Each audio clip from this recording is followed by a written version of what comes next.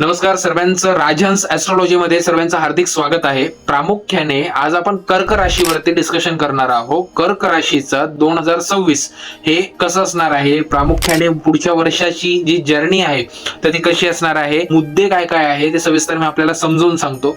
राशीविषयी त्याच्यावरती आपले काही मुद्दे आहेत, त्याच्यानंतर कोष्टकाविषयी त्याच्यावरती डिस्कशन आपलं या व्हिडिओच्या माध्यमातून होणार आहे। त्याच्यानंतर आपण नक्षत्राविषयी डिस्कशन करणार आहोत। प्रामुख्याने स्थिरता कधी किंवा कोणत्या महिन्यामध्ये आपल्याला प्रामुख्याने पाहायला मिळणार आहे या गोष्टींवरती आपण डिस्कशन करणार आहोत। तर स्थिरता म्हणजे नेमकं कशात, याच्यामध्ये सुद्धा काही पॉइंट्स आहेत। पहिलं आहे आर्थिक दृष्ट्या स्थिरता आपल्याला कधीपर्यंत मिळेल। दुसरा पॉइंट आपला असा आहे व्यावसायिक दृष्ट्या। तिसरा पॉइंट आपला असा आहे आरोग्याच्या दृष्ट्या आणि चौथा पॉइंट आहे मानसिक दृष्ट्या। तर नेमकं याच्यावरती देखील आपण डिस्कशन करणार आहोत। पुढचा पॉइंट आहे कोणता महिना आपल्याला त्रासदायक असणार आहे आणि कोणता महिना आपल्याला हा लाभदायक असणार आहे। तर ह्या देखील गोष्टीवरती आपण चर्चा व्हिडिओच्या माध्यमातून करणार आहोत। पुढचा आपला असा पॉइंट आहे की करिअर विषयी आपण नेमकं काय केलं पाहिजे, करिअर विषयी नेमकं काय काय चेंजेस आपल्याला 2026 मध्ये पाहायला मिळणार आहे। पुढचा असा पॉइंट आहे नवीन खरेदी विषयी, मग ते घरांच्या बाबतीत असो, नवीन कोणती गोष्ट घडण्याच्या बाबतीत असो, गाडी घेण्याच्या बाबतीत असो किंवा कोणतीही वस्तू खरेदी करण्याच्या बाबतीमध्ये हा देखील पॉइंट आपण याच्यामध्ये व्हिडिओमध्ये आपण डिस्कस करणार आहोत। पुढचा पॉइंट आहे विद्यार्थ्यांसाठी प्रामुख्याने एक शैक्षणिक दृष्ट्या 2026 हे कसं असणार आहे हे देखील आपण या व्हिडिओच्या माध्यमातून चर्चा करणार आहोत। पुढचं आहे नातेसंबंध, आई वडिलांचं आपल्याशी असणारं नातं असेल, भाऊ बहिणीचं नातं असेल, भावांचं नातं असेल किंवा कोणतेही नातेसंबंध, प्रेमसंबंध असतील तर कोणत्याही गोष्टींचं नातेसंबंध हे आपण डीप डिस्कशन करणार आहे। घरामधलं एक सिच्युएशन त्याच्यामध्ये आपण डिस्कस करणार आहेत आणि त्यासोबतच आपण नातेसंबंध, प्रेमसंबंध जर कधी असाल तर ती जर्नी नेक्स्ट इयरची कशी असणार आहे हे देखील आपण व्हिडिओच्या माध्यमातून नक्की चर्चा करणार आहोत। तर नमस्कार मित्रांनो, मी तुमचा मित्र प्रसाद राजहंस, राजहंस ऍस्ट्रॉलॉजी न्यूमरोलॉजी। प्रामुख्याने जर कधी तुम्ही चॅनलवरती आपल्या नवीन असाल तर नक्की चॅनलला सबस्क्राईब करा, बेल आयकॉनला प्रेस करा जेणेकरून नवनवीन व्हिडिओचे अपडेट हे तुमच्यापर्यंत पोहोचतील। तर मित्रांनो, आजची आपली रास आहे कर्क रास। तर प्रामुख्याने कर्क राशीसाठी 2026 हे कसं असणार आहे, आता बघायला गेलं तर कर्क राशीचे व्यक्तिमत्व हे थोडं ओव्हर कॉन्फिडन्स व्यक्तिमत्व असतं की कोणत्याही गोष्टीमध्ये जर कधी आपण बघायला गेलं तर आम्ही म्हणजे काय, आम्हाला सगळ्यातलं सगळं कळतं। तर असे काहीशा गोष्टी हे लोक धरून चालतात, पण हा ओव्हर कॉन्फिडन्स यांना प्रामुख्याने बऱ्याचशा वेळेस हा यांना त्रासदायक ठरू शकतो। आता यामध्ये काय आहे की थोड्याशा काही गोष्टींचं जे काही स्टार्टिंग जे आहे म्हणजे जानेवारी, फेब्रुवारी, मार्च हे 3 महिने थोडंसं एक ट्रायव्हल जे आहे ते थोडंसं त्रासदायक आहे मित्रांनो। मग ते तुम्हाला आरोग्याच्या बाबतीत असेल, तुम्हाला ते मानसिक दृष्ट्या असेल, तुम्ही नोकरीमध्ये असाल, व्यवसाय करत असाल तर थोडासा त्रास त्या ठिकाणी होण्याची संभावना आहे। आता त्रास म्हणजे नेमका कोणता त्रास, तर प्रामुख्याने थोडं एक आर्थिक परिस्थितीमध्ये चढ उतार त्या ठिकाणी तुम्हाला पाहायला मिळू शकतात। त्याच्यानंतर जर कधी व्यावसायिक असाल तर थोडंसं कस्टमरकडनं काहीतरी आपल्या प्रोडक्ट विषयी किंवा आपल्या काहीतरी गोष्टींविषयी थोडंसं मतभेद त्या ठिकाणी आपल्याला जाणवतात। नाहीतर जर कधी एम्प्लॉई असाल, जॉब वगैरे करत असाल तर थोडं बॉसकडनं काहीतरी अडचणी असेल, कामाच्या बाबतीत अडचणी असेल, मार्केटिंग क्षेत्रामध्ये असाल तर थोडंसं काही त्या ठिकाणी अडचणी, हे अडचणीचा पिरियड हा त्या ठिकाणी आपल्याला निर्माण होताना जाणून येतो। आता प्रामुख्याने जर कधी बघायला गेलं त्याच्यावरती एक छोटा उपाय सांगतो। हे सगळ्या गोष्टी गुरुचा पाठबळ कमी असल्यामुळे आपल्याला होतात। तर करायचं काय आहे, एक उपाय सांगतो पटकन, म्हणजे जेणेकरून जो प्रॉब्लेम आहे त्याला लगेच उपाय जर कधी दिला तर त्यातल्या त्याच ठिकाणी तुमचा विषय तो क्लिअर होऊ शकतो। अशा अडचणी जर कधी तुम्हाला जानेवारी, फेब्रुवारी, मार्च या महिन्यामध्ये जर कधी पाहायला मिळाल्या, एंडिंग पर्यंत सगळं संपून जाणार आहे, पण प्रामुख्याने उपाय केला, त्याच्यावरती काम केलं, आपलं कर्म चांगले ठेवले तर तुम्हाला त्या ठिकाणी रिझल्ट हा एंडिंग पर्यंत खूप चांगल्या पद्धतीने पाहायला मिळेल। उपाय असा आहे, पटकन लिहून घ्या। प्रामुख्याने दर गुरुवारी 11 गुरुवार करायचे आहे, दर गुरुवारी दत्तांच्या मंदिरात जायचं आहे, 11 प्रदक्षिणा मारायच्या आहे, दत्तांना पिवळे 3 पेढे त्या ठिकाणी प्रसादाला अर्पण करायचे आहे। केळीचा प्रसाद देखील अर्पण करू शकतात, फक्त तो पिवळ्या रंगाचा असला पाहिजे। मग पिवळ्या रंगाचं ते फळ पण असलं तरी त्या ठिकाणी काही अडचण नाही। पेढ्यांचा प्रसाद त्या ठिकाणी दाखवायचा, नैवेद्य दाखवायचा, त्या ठिकाणी दत्त माला मंत्र किंवा दत्त बावनवी, लक्षात ठेवा, दत्त माला मंत्र किंवा दत्त बावनवी ह्या 2 गोष्टींमधून एखादी गोष्ट त्या ठिकाणी पठन करायची आहे. जर कधी ह्या दोघही गोष्टी येत नसेल तर ओम द्राम दत्तात्रयाय नमः या मंत्राचा 108 वेळेस जप करायचा आहे. मंत्र जर कधी म्हणण्यासाठी उच्चारासाठी जर कधी जमत नसेल तर दिगंबरा दिगंबरा श्रीपाद वल्लभ दिगंबरा याचा 108 वेळेस जप करायचा आहे. हा उपाय नक्की करून बघा. 11 गुरुवारचा उपाय आहे. मंदिरात जायचं, 11 प्रदक्षिणा मारायच्या आणि हा उपाय करायचा आहे. त्याच्यानंतर पुढचा आपला पॉइंट आहे की कोष्टकाविषयी. आता कोष्टकाविषयी जर कधी म्हटलं तर गुरुचं पाठबळ थोडंसं कमी आहे. या ठिकाणी जर कधी बघायला गेलं तर राहू आणि केतू हे यांचं स्थलांतर मित्रांनो या ठिकाणी होत आहे. भाग्यम स्थानामध्ये स्थलांतर आहे, दूरदृष्टी भाग्यम स्थानावरती आहे. त्याच्यामुळे थोडंसं या ठिकाणी दगाफटका आपल्याला होऊ शकतो. गाडी हळू चालवायची आहे. वाहनाचं भय या ठिकाणी थोडं निर्माण होतं, तर गाडी हळू चालवा. दुसरं महत्वाची गोष्ट, आरोग्याच्या बाबतीमध्ये जर कधी काही अडचण असेल तर लगेच त्यावरती काही ना काही ऍक्शन घ्या. म्हणजे डॉक्टरांचा सल्ला घ्या किंवा प्रामुख्याने जे काही गोष्टी डॉक्टर सांगत आहे तर त्या गोष्टी करा. आणि जो मी तुम्हाला गुरुचा उपाय सांगितला गुरुवारचा, 11 गुरुवारचा, तर तो नक्की उपाय आपल्याला या ठिकाणी करायचा आहे. त्याच्यानंतर तिसरा आपला पॉइंट आहे की स्थिरता नेमकं कधी येणार. आता हा सगळ्यात इम्पॉर्टंट पॉइंट आहे. खूप मेहनत करतोय, सकाळी उठलो की सकाळपासून मेहनत चालू आहे, संध्याकाळपर्यंत मेहनत चालू आहे, खूप अगदी पार रक्ताचं पाणी करस्तोपर्यंत आपण दुसऱ्याला समजवतो, सगळ्या गोष्टी करतो आणि शेवटी हातातोंडाशी आलेला घास निघून जातो. आता मग प्रामुख्याने त्याला स्थिरता कधी येणार, तर मग प्रामुख्याने जर कधी बघायला गेलं तर आरोग्याच्या बाबतीमध्ये स्थिरता कधी, मानसिक दृष्ट्या स्थिरता कधी, आर्थिक दृष्ट्या स्थिरता कधी.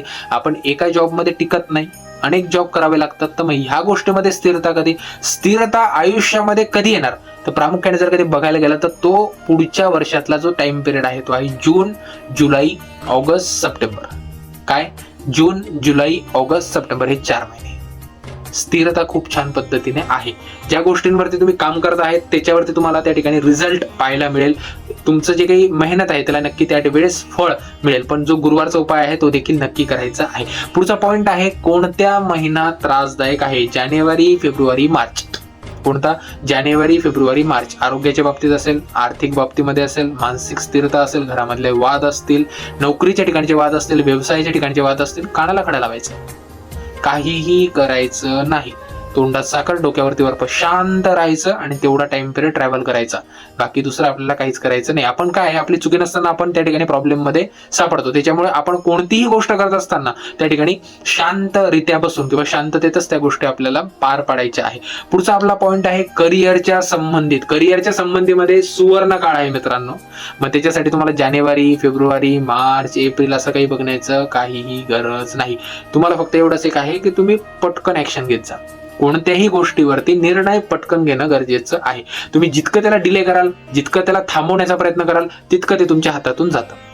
म्हणून ज्या ठिकाणी वेळ आहे तेव्हाच खेळ करून मोकळं व्हायचं आणि जास्त त्याला कोणतीच गोष्ट लांबवू द्यायची नाही. करिअरच्या बाबतीमध्ये जर कधी तुम्ही IT रिलेटेड क्षेत्रामध्ये जाण्याचा प्रयत्न करत असाल, जर कधी तुम्ही आर्ट्स रिलेटेड खास करून MPSC, UPSC ची जर काही तुम्ही तयारी करत असाल तर तुम्हाला त्या ठिकाणी नक्की यश या वर्षाच्या शेवटीपर्यंत नक्की तुम्हाला आनंदाची बातमी तुमच्या करिअरच्या बाबतीमध्ये मिळणार आहे. पुढचा प्रामुख्याने जो पॉइंट आहे मित्रांनो, तर नवीन कोणती गोष्ट खरेदी आपण करणार आहे किंवा इतर काही गोष्टी आहेत. घराच्या बाबतीमध्ये जर कधी विचार करत असाल तर सगळ्यात पहिले नेमका आपला पोर्टफोलिओ किती आहे. प्रामुख्याने जर कधी आपण डाऊन पेमेंट करणं इतकं आपल्याकडे हे आहे आणि इतकं लोन आहे, तर म्हणजे जे आपण प्रामुख्याने जो विषय आहे तर हा नियोजनाचा विषय आहे. तर नियोजन, मॅनेजमेंट त्याच्यामध्ये असणं गरजेचं आहे. घर घेणं किंवा एखादी वस्तू घेणं किंवा कोणती गोष्ट मिळवणं, गाडी घेणं किंवा समथिंग ज्या पण काही गोष्टी असतील, तर ह्या सर्व गोष्टी ज्या आहेत मित्रांनो, तर ह्या गोष्टी केव्हा होतात, जेव्हा याचं एक तुमच्याकडे स्ट्रक्चर, मॅनेजमेंटचं एक स्ट्रक्चर, एक इकॉनॉमिकली स्ट्रक्चर तुमच्याकडे रेडी हवं की नेमकं आपल्याला कोणती विषय कुठपर्यंत न्यायचा आहे. एखादं घराचं लोन आहे तर ते कुठपर्यंत आपल्याला फेडायचं आहे किंवा ते फेडण्यासाठी आपल्या जी इन्कम येत आहे, ती इन्कम सोर्समधून जो एक्सपेन्स होत आहे त्याच्यामधून किती तुमच्याकडे शिल्लक उरत आहे, मग त्याच्यातून तो हप्ता जाऊ शकतो का, याचं टोटली इकॉनॉमिकली मॅनेजमेंट हे तुमच्याकडे हवं. जर कधी हे मॅनेजमेंट तुमच्याकडे व्यवस्थित असेल तरच हा मार्ग तुम्ही निवडू शकतात. पण नेमका आता कोणता महिना आपल्याला लाभदायक आहे, तर जो एंडिंग आहे मित्रांनो, जो मी तुम्हाला बोललो की जून, जुलै, ऑगस्ट, सप्टेंबर, ऑक्टोबर, नोव्हेंबर, खास करून ऑक्टोबर महिना तुमच्यासाठी अगदी सोन्याहून पिवळा नाही, खूप सुंदर महिना आहे. आणि झालं केलं जमलं तर त्या महिन्यासारखा महिना नाही मित्रांनो, आणि त्या वर्ष यासारखं सुद्धा वर्ष नाही, खूप सुंदर वर्ष त्या ठिकाणी आहे. पुढचा आपला पॉइंट आहे विद्यार्थ्यांसाठी शैक्षणिक दृष्ट्या पुढचं वर्ष कसं आहे. शैक्षणिक दृष्ट्या पुढचं वर्ष अतिशय सुंदर आहे. फक्त तुम्हाला तेवढं तितकं तुमचं मेडिटेशन पॉवर वाढवणे गरजेचे आहे, कारण तुम्ही स्थिरावत नाही मित्रांनो. शांतता ही तुमच्या मनी नसते. बऱ्याचशा वेळेस घाई गडबड, इकडे जा तिकडे पळ, धावपळ असा विषय असतो. तर तुम्हाला मेडिटेशन करणं, त्राटक ही क्रिया माझ्या इन्स्टा चॅनलवरती किंवा यूट्यूब चॅनलवरती तुम्ही त्राटक या क्रियेचा मी एक तुम्हाला उपाय त्या ठिकाणी सांगितलेला आहे. नक्की त्राटक क्रिया तुमच्यासाठी आहे मित्रांनो. त्राटक क्रिया नक्की करून बघा, खूप सुंदर तुम्हाला त्राटक क्रियाचा अनुभव त्या ठिकाणी जाणवेल. त्राटक ही योगाचा प्रकार आहे. व्हिडिओ आहे किंवा मी लिंक पण ह्या बायोमध्ये तुम्हाला देतो मी, जेणेकरून तुम्हाला त्या ठिकाणी मदत होईल. पुढचा आपला प्रामुख्याने विद्यार्थ्यांसंबंधीचा पॉईंट होता. तर विद्यार्थ्यांसंबंधीचा प्रामुख्याने व्यवस्थिशीर आहे. जर कधी तुम्ही गणित क्षेत्रामध्ये जर कधी काही करू इच्छितात किंवा IT रिलेटेड क्षेत्रामध्ये जर कधी तुम्ही काही करू इच्छितात तर योग छान आहे. फक्त एवढंच एक आहे की थोडं एक स्टेबल त्या ठिकाणी राहणं गरजेचं आहे. डेडिकेशन, डिसिप्लिन, कन्सिस्टन्सी या गोष्टी त्या ठिकाणी अप्लाय करणं प्रामुख्याने गरजेचे आहे. पुढचं आहे आरोग्याच्या दृष्ट्या. आरोग्याच्या दृष्ट्या थोडंसं इथे काळजी घेण्याचा एक खडतर प्रवास त्या ठिकाणी आहे मित्रांनो. तर तो प्रवास आपल्याला थोडंसं निभवायचा आहे.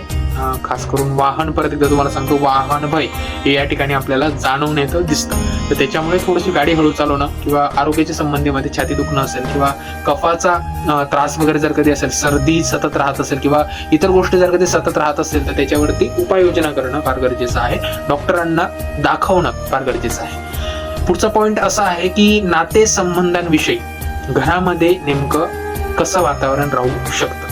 प्रामुख्याने विषय असा आहे की तुमचं ऍक्शनला रिॲक्शन असते. कोणत्याही गोष्टीला तुम्ही सतत ट्रोल करण्याचा प्रयत्नात असतं, सतत कोणती गोष्ट ताणण्याच्या प्रयत्नात असतं, तरी ही गोष्ट तुम्हाला मुळामध्ये सोडायची आहे. शांत राहायचं आहे, काहीच होणार नाही. जो राग आहे तो राग तुम्हाला त्या ठिकाणी सोडून द्यायचा आहे. जितकं तुम्ही तो खेचाल ना मित्रांनो, तितकं कोणती गोष्ट जितकी खेचली जाते तितकं ती तुटण्यासाठी मोकळी होत असते. त्याच्यामुळे राग करायचा नाही आहे. नातेसंबंधांविषयी म्हणजे प्रेम संबंधात जर कधी असाल तर काळजी घेणं आपल्याला गरजेचं आहे, कारण थोडंसं ब्रेकअप वगैरे होणं किंवा इतर गोष्टी होणं या ठिकाणी आपल्याला जाणवू शकतात. तर जर कधी बघायला गेलं तर याच्यावरती निष्कर्ष साठी मी 2 पॉईंट काढलेले होते. एक म्हटलं म्हणजे वाहन भय. प्रामुख्याने आजच्या आपल्या व्हिडिओमधून आपल्याला निष्कर्ष एवढाच मिळतो की वाहन भय आहे. आणि दुसरा म्हटलं म्हणजे शांत राहणं, स्थिरता आणणं. हे 2 निष्कर्षाचे पॉईंट आपण ह्या व्हिडिओच्या याच्यातून आपण सांगण्याचा प्रयत्न करत आहोत. बघायला गेला तर खूप छान वर्ष आहे. जो गुरुचा उपाय दिला तो गुरुचा उपाय करणं तुम्हाला फार महत्त्वाचं या वर्षामध्ये ठरणार आहे. छान आहे. आरोग्याचे विषय असेल, राशी विषय असेल, नक्षत्राविषयी असेल, त्याच्यानंतर आर्थिकदृष्ट्या विषय असेल किंवा स्थिरावण्याविषयी जर कधी असेल तर छान आहे. नेमके कोणते महिने त्रासदायक आहे आणि कोणते महिने लाभदायक आहे ते आपण व्हिडिओमध्ये या ठिकाणी डिस्कस केलेलं आहे. कर्क राशीसाठी 2026 उत्तम आहे. झालं केलं जमलं तर या वर्षासारखं वर्ष नाही. प्रसाद राजन्स ॲस्ट्रोलॉजी न्यूमरोलॉजी. धन्यवाद.